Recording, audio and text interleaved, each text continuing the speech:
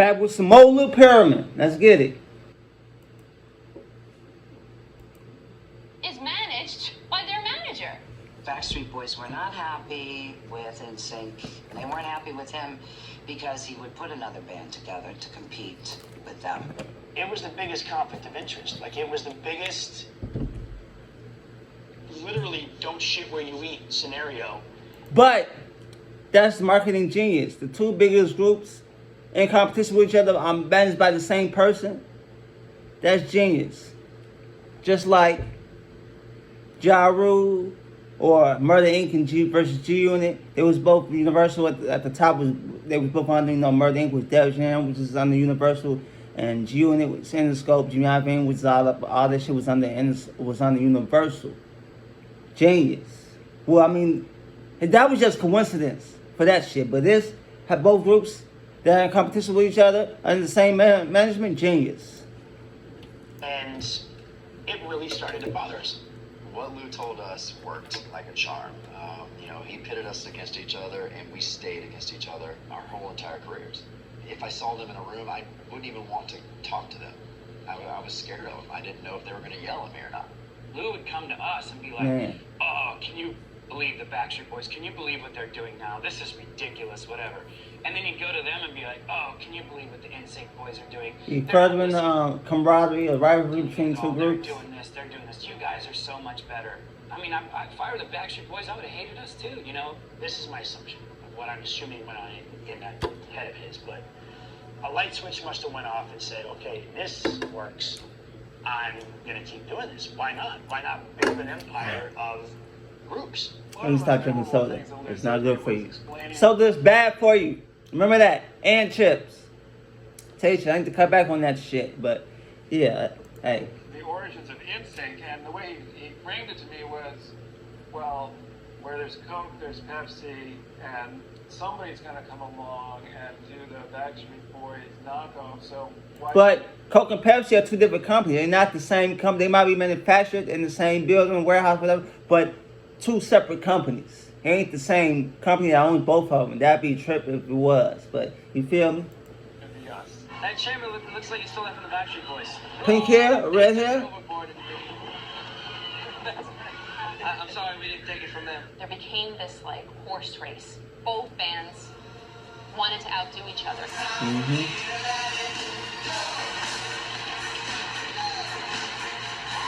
The girls felt like they had to pick a side.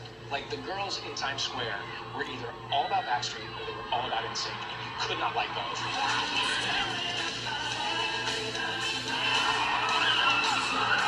One thing I can say that I liked about NSYNC versus Backstreet Boys, NSYNC, I think John Blackwell played for Prince, played for Cameo. I think I remember seeing a live clip of theirs, and I noticed John Blackwell on the drums for them. Although, now Bubba Sparks, William, I seen a video of him. He was a drummer for the Millennium Tour for Backstreet Boys. He said he played with Bobby Womack and a few other people, and then he got the gig for Backstreet Boys. He said he was actually the MD musical director for Backstreet Boys during that tour, so that's cool.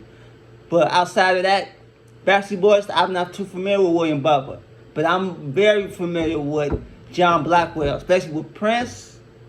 I just seen a live cameo clip of theirs where John Blackwell was the drummer for them, but when him with Prince, oh man, he's probably Prince's best drummer, John Blackwell. R.I.P. to him. But yeah, I think that's he was able to get an NSYNC gig. If I'm not mistaken, that was him in the background on drums for them in that one live video clip I seen of theirs from back in the day. So yeah, pretty cool. It was cha-ching. I mean, the amount of money that was being made. John Blackwell's a pocket man. He's just so good. So talented on drum pocket. Very pocket heavy. I think he's better than Michael's drummer. John DeMoffitt. To me, I like him better than John DeMoffitt. So yeah. You can't even imagine because we don't sell records like that today. Most people today, they buy 1 or 2 records a year. Back during the teen pop period, they were buying 5 a week. That many? A week? 5 records a week? Ain't want that many groups out or artists. Backstreet, NSYNC. Britney Spears, Jessica Simpson, Mandy Moore. Who else was popular? I think the only popular one's Hanson. Hanson might have been popular, I think, but that's the only popular one. There's a bunch of other ones, but they weren't popular, like the S Club, or No Secrets, or 18s, all that shit. Yeah, okay.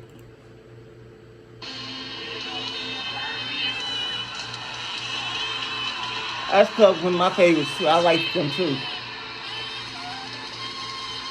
We were making $35 a day, which was our per diem. And I remember thinking that was such a lot of money because this is all free. Everything, my life is free. Everywhere you'll ever stay is free, and we're gonna give you a per diem on top of that. I'm thinking I'm king of the castle at this point. No one worked harder than NSYNC and Backstreet Boys. No one. These guys didn't get a day off. Never. And if they got a day off, I got them for a photo shoot. We've been touring for about almost 2 years. Okay. One albums, Countless radio promotions. things were going great for us. This is as Okay. good as it gets right here. I remember this one trip to Los Angeles I was so excited about because Lou was hyping up the fact that this was going to be our first check presentation. And at this point, we've worked so hard and we've gotten... Wait, they ain't get paid? They been on the road doing their thing for 2 years. They ain't got paid yet? Hold on, dog. Something ain't adding up. Okay, now we getting into the nitty gritty of things. Okay, money. Okay. all kind of accumulated. Well, damn. So give it all to us in one batch and a check. And he takes us to Lowry's, a very lavish dinner. You know, Lou loved those big family dinners. We had all our family there. He had all the parents to come. At this time, they had sold over 10 million records. Damn. I was just kind of doing And the no math. money, and I ain't get a check yet, and I sold 10 million records. You ain't give me no, send me, give me no money yet. Something ain't right. But I kept Tripping, thinking, dog. okay, if it's just $1 million, divide it up by 5, and Lance is going to get $200,000. You start thinking in your head, like, what could it be? Is it 6 figures? Is it $1 million? Like, what am I about to, like, fall into? They should have each got at least, if not $1 million, maybe even over $1 million, but if not $1 million, damn near close to $1 million. All the money they was making, shit. Now my life is about to change. And I'm thinking to myself, oh, this is gonna get crazy. A lot of money now, this is gonna be nuts. I was on cloud nine. I was on top of the world at that point. I mean, we thought that was as big as we could possibly get. I open up the envelope, I see the check, and oh my gosh, like my heart sunk, and I couldn't believe the number I was looking at. The reaction from everybody when they saw their checks was just astonishment. The check was, Damn! and not to sound ungrateful, because $10,000 is a lot of money. That ain't shit. Back then, especially all the work they was putting in, all the monies and millions of dollars that was being made off of them, all you get a check for $10,000 and I'm making you millions? Oh, come on, dog. But when you compare it to how many hours Man, we put Lou in, Pearlman bogus. He bogus. Man, shit. I don't know. Would I sue? I don't know what I would do. I hire a lawyer to investigate, or somebody professional to investigate and find out where's my money. I don't know. years, I can't say what I would do in this minimum situation. wage at all. We start selling out stadiums, start selling out arenas, start doing all this stuff. And we start looking at our bank accounts, and it's just like, something isn't adding up. Lou's getting paid, the promoters are getting paid. Some of the guys couldn't pay for their car payment or couldn't pay for their apartment. So that's what this is about. This is the money. He wasn't paying his artists. It's like a lot of labels don't pay their artists. Motown didn't pay Jackson 5. That's why Papa Joe took them off and one song ended up on Sony, Epic, whatever. You know, Diddy didn't pay his artists. You know, Mace or Biggie or all the groups that was on Bad Boy, they didn't get paid fairly. So hey, I mean, A normal thing, you know, to get food money. like they say, rule of all money, love of money is with all evil. Money hungry bitches all up in my face like the one Quality Motors on my lib. Yeah. I gotta watch out for the money hungry bitches. That's my shit. And then we thought, essentially, at the end of the road, there would be some magical big check. When you're working 18 hours a day, you know, just to get to sleep that night, you don't have time to look over contracts and and make sense of things. It was so insulting. I felt like someone had punched me in the face. I knew at that moment, it was the first time that I thought to myself, oh my gosh, something's wrong. Like, Lou is there's something wrong with Lou. Ripping you off, that's what's wrong. And, Fat ass. you know, went back to the hotel, and I immediately ripped up the check. I was like, this is... Why? I mean, I know $10,000 ain't nothing, like I explained earlier, but still, it's $10,000. You know what I'm saying? This is I not don't right. want to rip it off and walk away with nothing. You know what I'm How saying? successful does a group have to be in order to make money? We didn't know where it was Exactly. going. We're like, how... Who It's was going to making lose. this? My uncle's a lawyer. Okay, cool. That's what's up. You got an uncle that's a lawyer. Okay, cool. Hit him up. Hire a lawyer. So, okay, call up family. Started out like with this, you know, small little, okay, this is bad. This is really bad. The deeper they dug, the worse it got. And it was just Damn. this webs upon webs of robbery. He said, this is one of the worst contracts I've ever seen in music history. Damn. And y'all need to try to get out of this. Lou made himself the 1/6 member of Backstreet So Boys. that's what he did. Okay. So anything we made, Lou made exactly. He was the sixth member of NSYNC, and he was proud of that fact because it was going to help us, because we wouldn't have to pay a manager, we wouldn't have to pay the record label, you know, his would come out of the sixth member. I mean, he really sold us a whole amount of goods of the sixth member is the way to go. Wait, did he tell y'all he was gonna make himself the sixth member, though? Or was that something you discovered in the contract after the lawyer looked over it and whatnot? I'm confused. Lou, Because it sounds like he's making it seem like Lou told him, I'm gonna make myself the sixth member, we'll make things a whole lot easier, you won't have to pay me and all that shit. That's what it sounds like he's saying. That they found that up front. Man. it seemed like we were in so much debt that it would be a long time before we saw some real money. And that's when we learned the word recoupable. That's a word that's never been in our vocabulary until this moment. And Yeah, recoupable.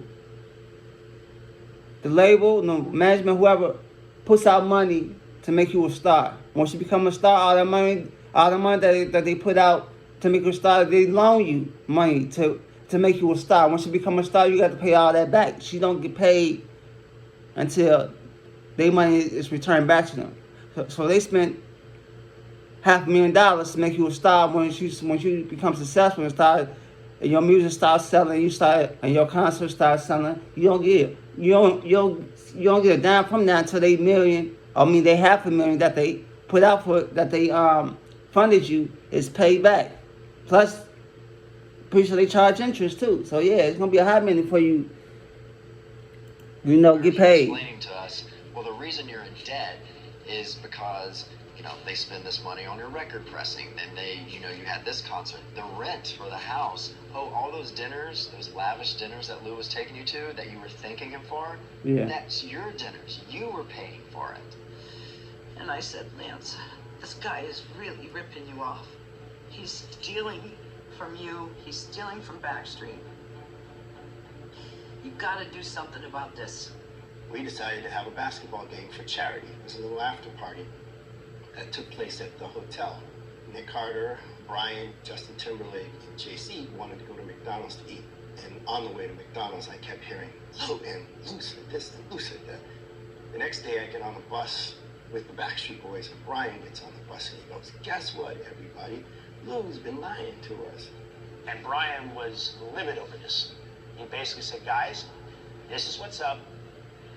I want to file a lawsuit. When Good. they say we needed to figure out how to either fix it so it's a more fair deal or get rid of Lou altogether. Just get rid of him. There ain't no fixing that shit. I would just say get rid of this ass and go a different route with somebody new that ain't gonna rip you off. I felt so insufficient that I let somebody take advantage of my son, but yet I was so angry with him when I As a found parent out he should did be. it, that he could do that. Of course, every parent is protective of their child, and I just wanted to kill him. Like everybody else, I just wanted to kill him.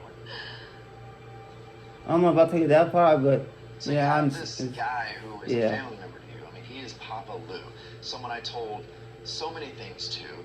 When all of a sudden that is ripped away from you and you see the true face of someone and they've been duping you this whole time, it scars you. It scars you for life. Why would you do this to us? You know, you broke our hearts. You know, you stole from us. You took advantage of us. There was this person that I had all this complete trust in. Suddenly, the carpet just got ripped out from underneath us. So he felt entitled. I mean, this whole time, Lou really thought he was just entitled to all of this. You know, if it was his idea, you know, to do this, and he introduced you to this person to get you that record deal, then yeah, he was entitled to 90% of your business, because if it wasn't for him, you'd be nothing. So do you want 10% or nothing? It went from Jolly Lou to like, I don't give a fuck about you right now. And it was just like no smile the rest of the time I ever saw him. It was just really frightening to me because I knew it could go one way or the other. It was either going to be the end of the group or you guys were going to be free. Yeah. And Another thing I wanted to point out, Jive Records, the record label, where was they at in this situation? I guess they didn't really care as long as they got paid, they monies. They didn't care about the other shit. Lou was like the middleman, so to speak. He was the one in charge, so he cut them they couple of dollars. The record label, and they cool. The record label is cool. They ain't go, okay, yeah, I guess. hated to see it all go away. You know, so I was really scared for you guys. And we really thought it was going to be the end Oh, yeah. of the group, because not only was Lou Pearlman saying it was going to be the end of the group, but we had management was telling us that. We had the record label telling us that. Everyone around us was saying, Lou's going to win. Like, y'all have nothing. And even, I remember we sat down, I think it was in New York, at that table, our first mediation, Lou on one side, we're on the other, we had Strauss Zelnick right in the middle, you know, our boss. And he just looked at us and said, you might have one more album in you, side with Lou. And I mean, my heart was broken. And I remember leaving then, and we were deciding, well, do we just go ahead with the contract and just, you know, take it? Or do we leave? That's what was going through my head. I'm like, our career's over. I always felt like he was just kind of mealy-mouthed. You know, all those years I felt like he was. But that side of him, the coldness that I saw, that optimism that we had seen, I mean, there was nothing jolly going on there. He was just a different person. So that was a shock to me. I don't know. I mean, Lou was always so positive, you know. We believed everything he said. It was fun to be around. But then on this other side, you didn't know who he was. I mean, who was Lou Pearlman? We didn't know.